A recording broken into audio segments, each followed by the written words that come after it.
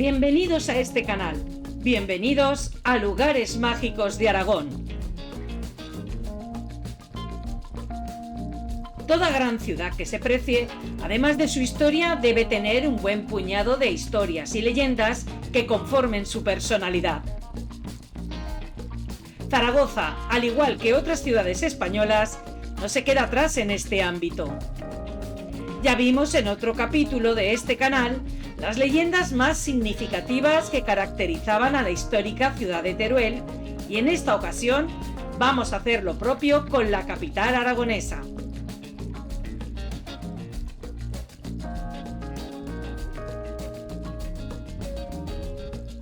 Y para ello vamos a empezar por lo más representativo de cualquier población, que es su ayuntamiento, y en concreto por una figura que preside su puerta principal. Pablo Serrano Aguilar es un conocido escultor turolense del pasado siglo y que fue el artífice de estas dos esculturas situadas a la entrada del Ayuntamiento de Zaragoza. Estas esculturas representan al ángel custodio de la ciudad de Zaragoza, en el que podemos apreciar cómo sujeta en sus manos un plano de la ciudad, y a su lado la representación de San Valero, patrono de la ciudad de Zaragoza. Aquí vamos a detenernos para observar sus rasgos, porque es donde nace una leyenda. Esta mirada enfadada y un tanto agria se dice que se debe a que en la Catedral del Aseo, el relicario donde están guardados algunos restos de este santo, su imagen corresponde realmente al del Papa Luna. Pedro Martínez de Luna y Pérez de Gotor nació en Illueca el 25 de noviembre del año 1328, llegando a ser Benedicto XIII, más conocido con el apelativo de Papa Luna en la Obediencia de Aviñón.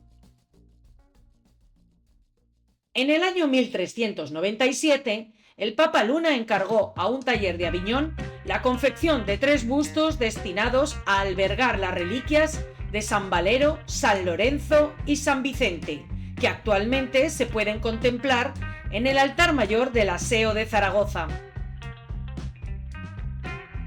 La inscripción labrada en la base del primero de estos relicarios, flanqueando el emblema heráldico del Papa Luna, informa que aquí está la cabeza de San Valero, confesor y obispo de esta Santa Iglesia de Zaragoza. Don Benedicto XIII, Papa, antes llamado Pedro de Luna, cardenal diácono de Santa María in Cosmedin, dio este relicario de San Valero a esta iglesia de Zaragoza en el año 1397, tercero de su pontificado, deteniendo con pena de excomunión al que hiciera algo contra él, incurriendo en pena ipso facto y que tampoco pueda ser enajenado, cuya absolución ha reservado para la sede apostólica.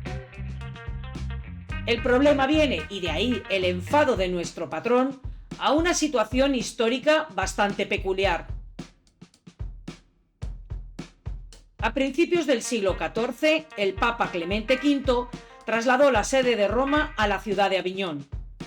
Poco después llegó un hecho llamado el Cisma de Occidente, que hace referencia a la división que se produjo en la Iglesia Católica en el periodo comprendido entre los años 1378 y 1417, cuando 2 obispos, y a partir del año 1410 incluso 3, se disputaron la autoridad pontificia, es decir, que simultáneamente llegó a haber 3 papas católicos. Ahí estaba nuestro protagonista. La tenaz lucha que mantuvo el Papa Luna contra sus enemigos sirvió para que surgiera la frase popular de mantenerse en sus 13, en referencia a la negativa de Benedicto XIII de renunciar a su posición de papa. Por tanto, parece que a nuestro amigo San Valero no le hace mucha gracia que sus restos estén en un relicario de un antipapa. También parece ser que este relicario era utilizado para exorcizar endemoniados y según cuentan, la Catedral del Aseo no dejó de oler a azufre hasta que no se dejaron practicar exorcismos en ella.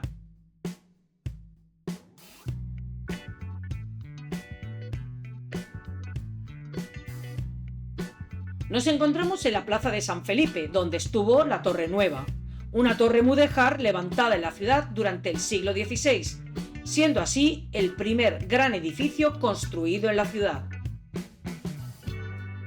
Fue a principios de ese siglo XVI cuando el concejo mandó construir una torre civil para albergar el reloj público y las campanas que regulasen la vida de la ciudad. La torre estaba construida con ladrillo en estilo mudéjar por los maestros cristianos Gabriel Gombau y Antón Sariñena, y los mudéjares Guce Galí, Ismael Ayabar y el maestro Montferriz.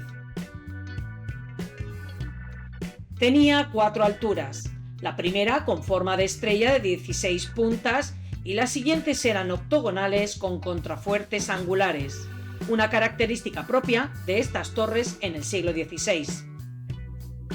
No fue hasta mediados del siglo XVIII cuando remataron el trabajo con un vistoso triple chapitel con cubiertas de pizarra. Su altura se dice que llegó hasta los 80 metros de altura, siendo así una de las más altas en su estilo. Se dice que la torre empezó a inclinarse poco tiempo después de su construcción, posiblemente debido a las prisas en construir los cimientos y el primer cuerpo. La parte sur de la torre fraguó más rápidamente que la parte norte, lo que causó el defecto. Se intentó poner remedio reforzando los cimientos, pero la inclinación se mantuvo. Esta inclinación o desviación respecto a la vertical era de casi 3 metros. Y por supuesto que seguiría inclinada hasta su demolición. Y es que, si nos fijamos bien en la fotografía de la época, hasta el primer entronque de la torre es perfectamente recta. Y es desde este punto donde se puede apreciar en las fotografías cómo los constructores colocaron más ladrillos en un lado que en otro, forzando así la inclinación de este monumento. Esto tiene una clara intención, a mi criterio. Quizá el constructor quiso hacer un gran reloj de sol, aunque la ubicación no es la más correcta, quién sabe. Lo que no se puede obviar es esos ladrillos de más, colocados en uno de los costados y que son perfectamente apreciables en las fotografías. Pero la Torre Nueva no solo fue protagonista en la historia de la ciudad por su desafortunado final, también porque en ella dicen que habitaba un duende burlón que se dedicaba a atrasar las horas del reloj y hacer sonar la campana cuando no venía a cuento.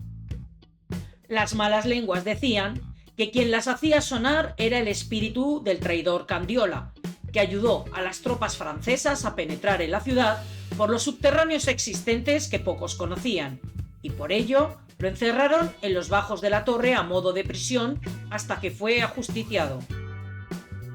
Otros esgrimen que quien causaba el desasosiego de la campana de esta torre tocando cuando quería eran los propios asesinos de Pedro Arbués, que antes de ser ajusticiados, la justicia les incautó todos sus bienes y con el dinero que se sacó de su venta forjaron la campana de la Torre Nueva. Pedro Arbués, natural de la localidad de Épila, fue nombrado por Torquemada inquisidor de Aragón en el año 1484. Estando él en posesión de su cargo, se ejecutaron varios autos de fe, dando lugar a una época llena de convulsiones y grandes incertidumbres para los conversos, muchos de los cuales formaban parte de algunas de las familias más ricas e influyentes de Zaragoza. Además, también los nobles del Reino de Aragón veían en la Inquisición un obstáculo a la hora de conservar sus fueros. En este contexto se comenzó a perpetrar una conspiración contra él. Esta sería culminada mientras rezaba ante el altar mayor del Aseo de Zaragoza el día 14 de septiembre de 1485. 8 asesinos lo acuchillaron, llevando a cabo la sangrienta acción y siendo ajusticiados aquellos sobre los que pesaban más sospechas. Como os podéis dar cuenta, La Torre Nueva es un edificio con mucha historia, pero por desgracia solo nos queda eso, su historia, ya que ciertos intereses comerciales pesaron más que el arte y la magnificencia de este edificio. Vaya con este capítulo un pequeño homenaje a una torre que los aragoneses ya jamás conoceremos.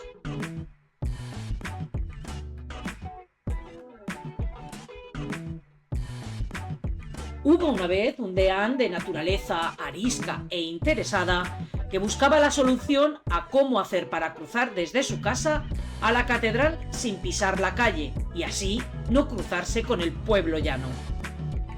Su residencia había sido cambiada a otro edificio que no estaba conectado con la catedral. Estando imbuido en estos pensamientos y mientras se dirigía a su casa, le cortó el paso un caballero de nobles ropajes. Con este tipo de personas no tenía ningún problema en hablar, pues había muchas posibilidades de recibir algún generoso donativo. Sé lo que os preocupa, piadoso deán, habló el desconocido.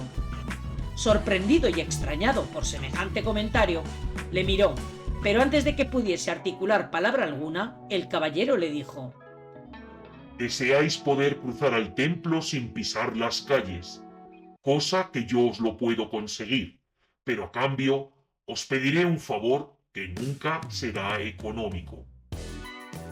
Al oír esto, el deán accedió de inmediato, pues no hay nada que le gustara más que un asunto alejado de su bolsillo. El caballero, con un simple gesto, construyó un arco uniendo la vivienda y la catedral. Este prodigio atemorizó sobremanera al deán, que temeroso e imaginándose creer quién podría ser, le pidió a su interlocutor que se identificara y cuál era su deseo, a lo que el desconocido caballero respondió: soy Lucifer, y a cambio de esto que has aceptado, yo me quedaré con todas las almas que pasen por debajo de este arco. Dicho esto, desapareció en el acto. En los tiempos de construcción del arco, se difundió esta leyenda, por lo que mucha gente evitaba su paso. Además, existía la creencia de que si se pedía un deseo debajo del arco, era el mismísimo demonio quien lo concedía, quedándose con el alma del solicitante a cambio del favor.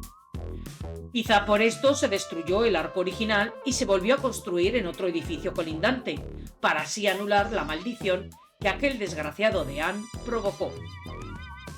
En otras versiones de esta leyenda se dice que las instituciones civiles del siglo XIII no quisieron costear las obras de la construcción de este arco pasadizo, por lo que el deán se lo solicitó a Lucifer, quien accedió a realizar estas obras con el compromiso de que las almas de las personas que pasasen por debajo del arco serían para él. De todos modos, si te encuentras por aquí, quizá mejor será que no pidas un deseo.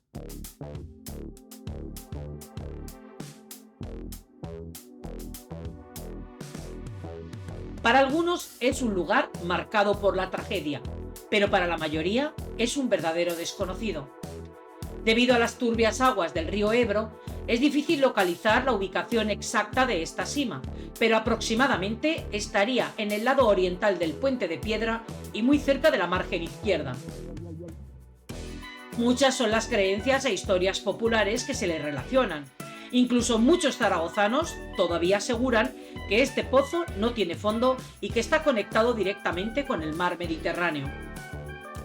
Leyendas causadas por las múltiples desapariciones que han tenido lugar en esta sima. Y es que muchos que se han precipitado dentro de sus aguas jamás han podido salir. El pozo debe su nombre al antiguo convento de San Lorenzo, que fundado en el siglo XIII, se alzaba junto al Puente de Piedra en la margen del arrabal. Este edificio era utilizado por enfermos de lepra y apestados de la sociedad, quienes pasaban allí sus últimos días. Cuando la vida de estos llegaba a su fin, eran arrojados a esta zona del río donde desaparecían para siempre. Y fue en esta época cuando el pozo comenzó a ser sinónimo de muerte, pasando a ser un lugar maldito. Otra de las historias vinculadas al pozo de San Lázaro hace referencia a Santo Dominguito de Val. La veneración a este santo es una de las más extendidas, pero quizás lo que no mucha gente sabe es que Dominguito era un niño de 7 años que cantaba en el siglo XIII en el coro del aseo y que fue asesinado y crucificado víctima de las rivalidades entre las distintas religiones que convivían en la Zaragoza medieval. Su cuerpo fue enterrado a las orillas del Ebro cerca del Pozo de San Lázaro, pero 7 meses después, unos pescadores encontraron sus restos por el Ebro conducidos por un fuego fatuo. Se dice que fue el agua que cubría el pozo la que lo desenterró. También existe otra leyenda en la que se narra que 2 enamorados del arrabal, Azucena y Roldán, ante la prohibición de sus familias de amarse libremente, no vieron más salida que entrelazar sus manos con un cachirulo y arrojarse a las frías aguas del Ebro para disfrutar del amor eterno. Y la tragedia más reciente en este lugar se registró en la madrugada del día 19 de diciembre del año 1971, cuando un autobús que atravesaba el puente de piedra perdió el control y cayó a las frías aguas del Pozo de San Lázaro. El accidente le costó la vida a 10 personas, incluido el conductor, y al final el autobús no pudo ser extraído de las aguas y desapareció hasta 10 años después.